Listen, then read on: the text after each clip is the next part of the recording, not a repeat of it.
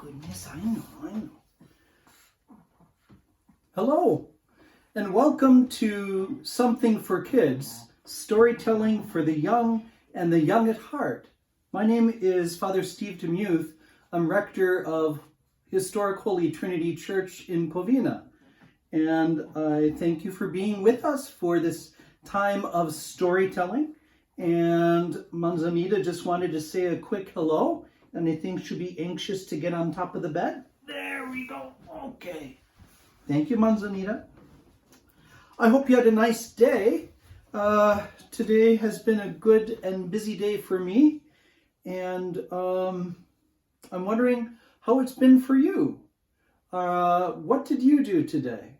Perhaps you can write in the comment section below or have someone write for you what you did today and let me know how you're doing. We are reading through a wonderful book by C.S. Lewis called The Lion, the Witch, and the Wardrobe. How Aslan, the noble lion, freed Narnia from the spell of the White Witch. And if you like this book, the good news is that there are 6 others. There's a total of 7 stories called the Chronicles of Narnia. And it is my hope that you will so enjoy this first one that you might go out and buy and read on your own the next 6. They are terrific, terrific stories. So before we start our reading, let me get my glasses out so I can see the words on the page.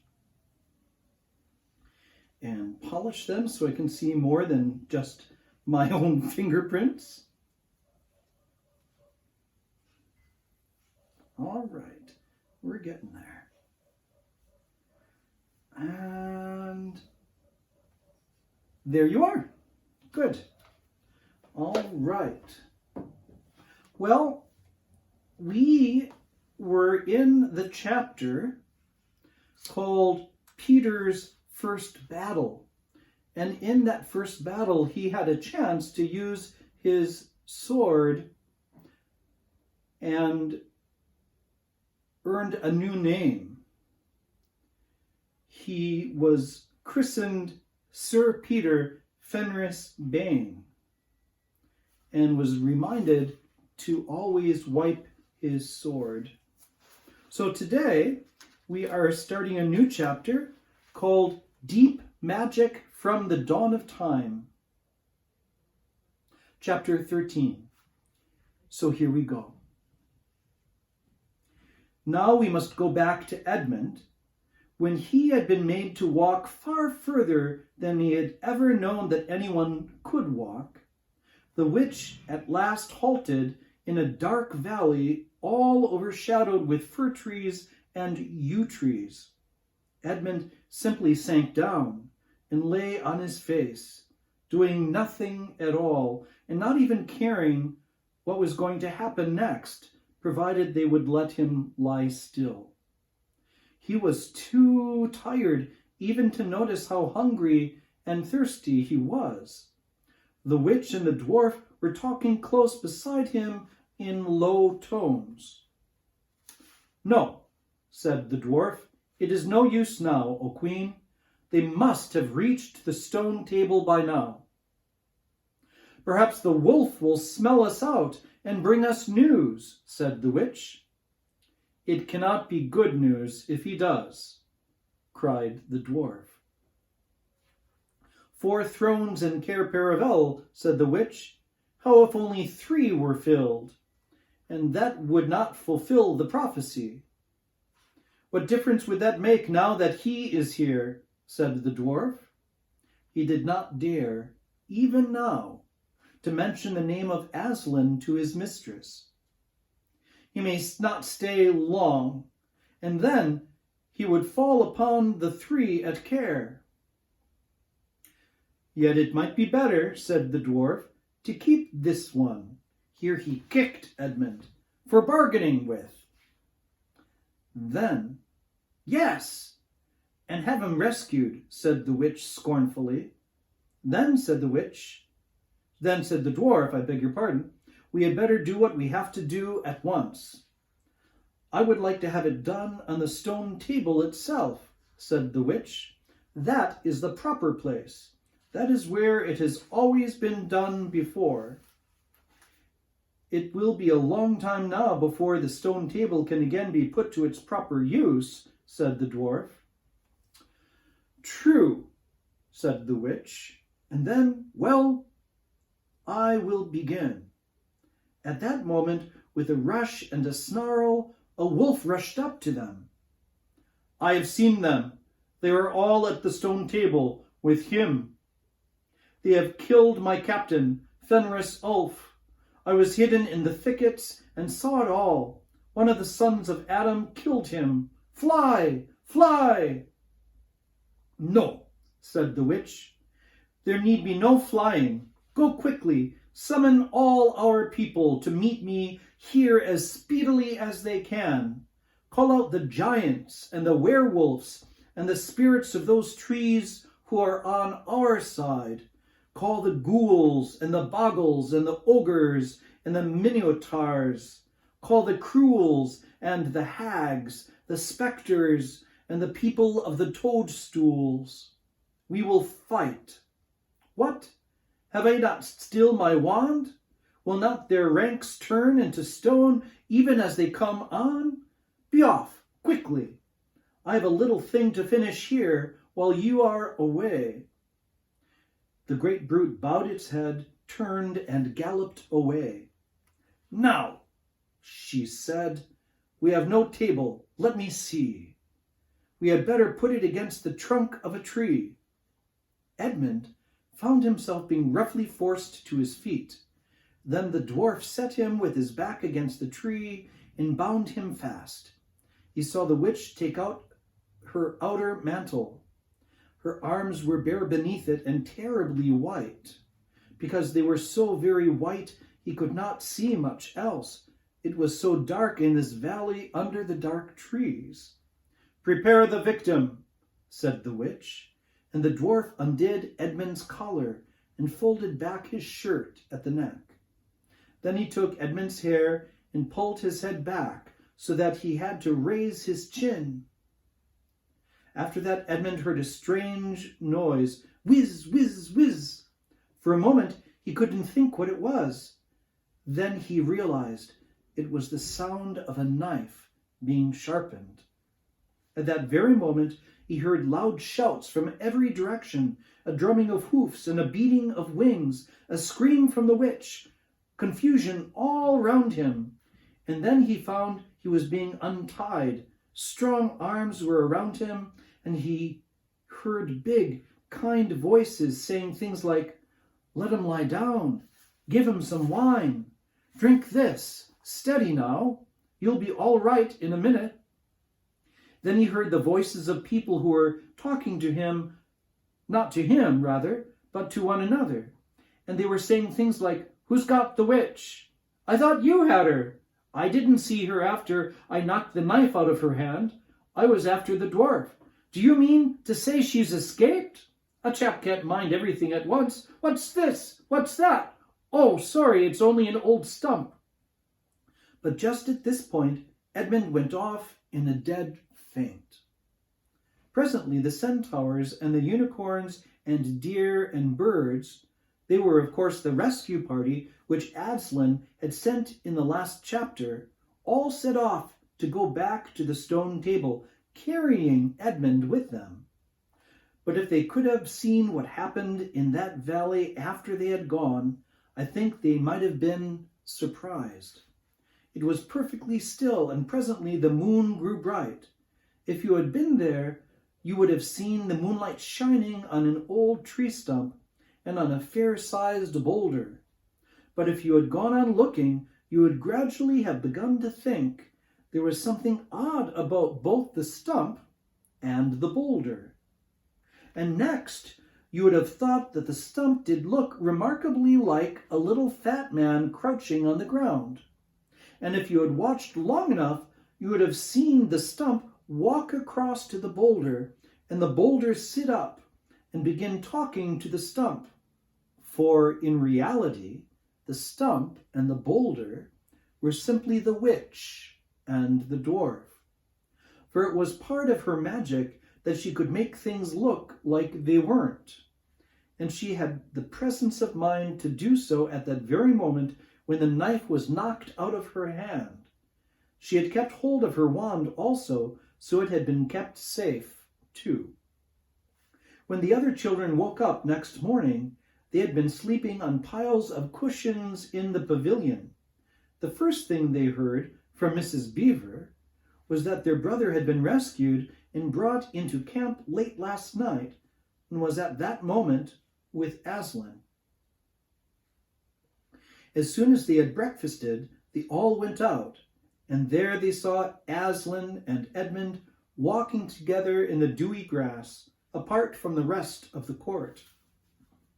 There is no need to tell you, and no one ever heard what Aslan was saying, but it was a conversation which Edmund never forgot. As the others drew nearer, Aslan turned to meet them, bringing Edmund with him. "Here is your brother," he said, "and there is no need to talk to him about what is past." Edmund shook hands with each of the others and said to each of them in turn, "I'm sorry." And everyone said, "That's all right." And then everyone wanted very hard to say something which would make it quite clear that they were all friends with him again, something ordinary and natural. And of course, no one could think of anything in the world to say. But before they had time to feel really awkward, one of the leopards approached Aslan and said, "Sire, there is a messenger from the enemy who craves audience." "Let him approach," said Aslan. The leopard went away, and soon returned the witch's dwarf. "What is your message, son of earth?" asked Aslan. "The Queen of Narnia and Empress of the Lone Islands desires a safe conduct to come and speak to you," said the dwarf, "on a matter which is as much to your advantage as to hers." "Queen of Narnia, indeed," said Mr. Beaver. "Of all the cheek." "Peace, Beaver," said Aslan. "All names will soon be restored to their proper owners. In the meantime, we will not dispute about noises. Tell your mistress, son of earth, that I grant her safe conduct on condition that she leaves her wand behind her at that great oak." This was agreed to, and 2 leopards went back with the dwarf to see that the conditions were properly carried out. "But supposing she turns the 2 leopards into stone," whispered Susan to Peter. I think the same idea had occurred to the leopards themselves. At any rate, as they walked off, their fur was all standing up on their backs, and their tails were bristling like a cat's when it sees a strange dog. "It'll be all right," whispered Peter in reply. "He wouldn't send them if it weren't." A few minutes later, the witch herself walked out on the top of the hill and came straight across and stood before Aslan. The 3 children, who had not seen her before, felt shudders running down their backs at the sight of her face. There were low growls among all the animals present. Though it was bright sunshine, everyone felt suddenly cold. The only 2 present who seemed to be quite at their ease were Aslan and the witch herself.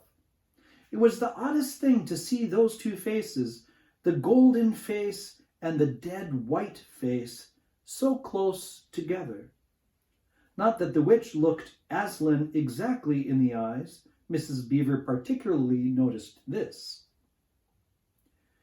"You have a traitor here, Aslan," said the witch. Of course, everyone present knew that she meant Edmund. But Edmund had got past thinking about himself after all he had been through, and after the talk he'd had that morning. He just went on looking at Aslan. It didn't seem to matter what the witch said. "Well," said Aslan, "his offense was not against you." "Have you forgotten the deep magic?" asked the witch. "Let us say I have forgotten it," answered Aslan gravely. "Tell us of this deep magic." "Tell you," said the witch, her voice growing suddenly shriller, "tell you what was written on that very stone of which stands beside us? Tell you what is written in letters deep as a spear, as long as the trunk of the world ash tree? Tell you what is engraved on the scepter of the emperor behind the sea? You at least know the magic which the emperor put into Narnia at the very beginning. You know that every traitor belongs to me as my lawful prey, and that for every treachery I have a right to a kill." "Oh," said Mr. Beaver, "so that's how you came to imagine yourself a queen, because you were the emperor's hangman, I see." "Peace, Beaver," said Aslan, with a very low growl. "And so," continued the witch, "that human creature is mine. His life is forfeit to me. His blood is my property." "Come and take it then," said the bull with the man's head in a great bellowing voice. "Fool!" said the witch with a savage smile that was almost a snarl. "Do you really think your master can rob me of my rights by mere force?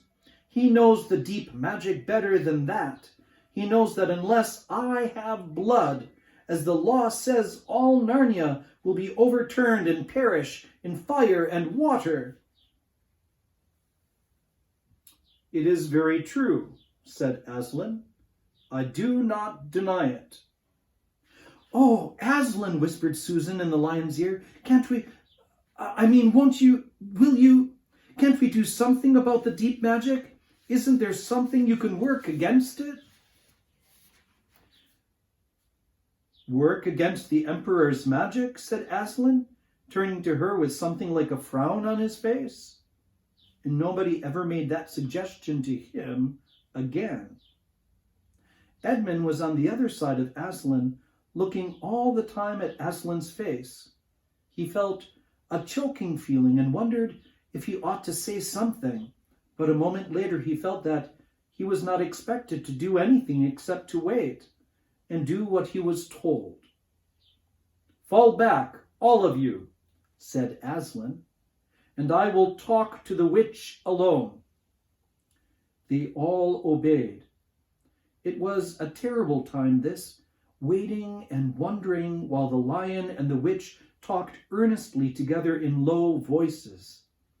Lucy said, "Oh, Edmund," and began to cry. Peter stood with his back to the others, looking out at the distant sea. The beavers stood holding each other's paws with their heads bowed. The centaurs stamped uneasily with their hoofs. But everyone became perfectly still in the end, so that you even noticed small sounds like a bumblebee flying past, or the birds in the forest down below them, or the wind rustling in the leaves. And still the talk between Aslan and the White Witch went on. At last they heard Aslan's voice. "You can all come back," he said. "I have settled the matter. She has renounced the claim on your brother's blood." And all over the hill there was a noise, as if everyone had been holding his breath and had now begun breathing again. And then a murmur of talk.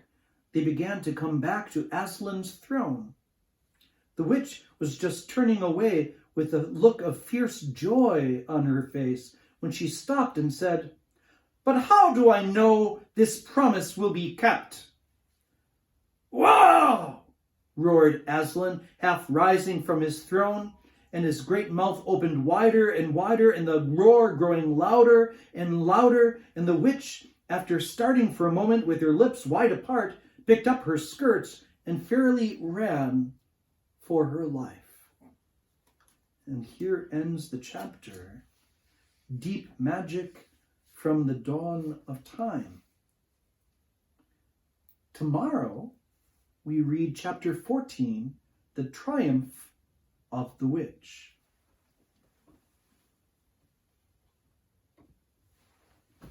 What do you think is going to happen next? Those of us who have read the story, though we know what will happen, still shudder imagining what deal was made between Aslan and the White Witch that made her smile so joyfully. That's all the time that we have for today. Before we go, I was wondering if we could share with one another what we're grateful for. I'm still grateful for when I come to the door of my house to hear the nest full of little birds, and they're chirping and singing, hoping that their mother will bring them some more food.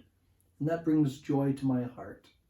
And I'm also grateful for all of you who are watching and listening to the story and participating. What are you grateful for today? Perhaps you can write that in the comments below while we sing our song together.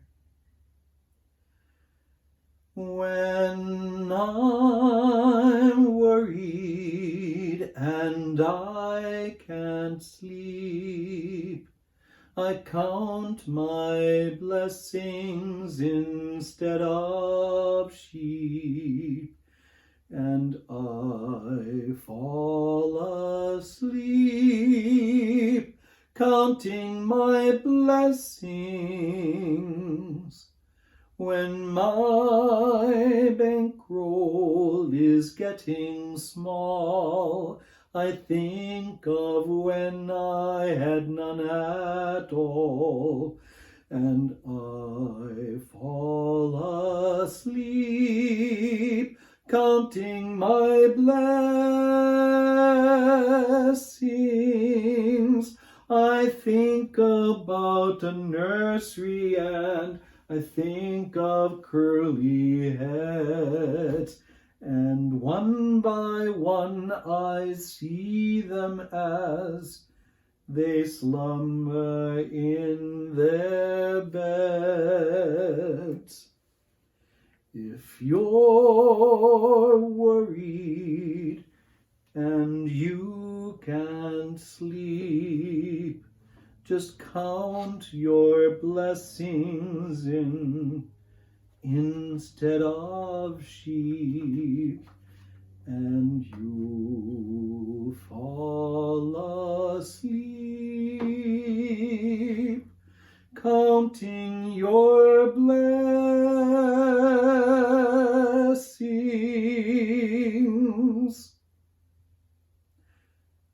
Thank you for being with us tonight.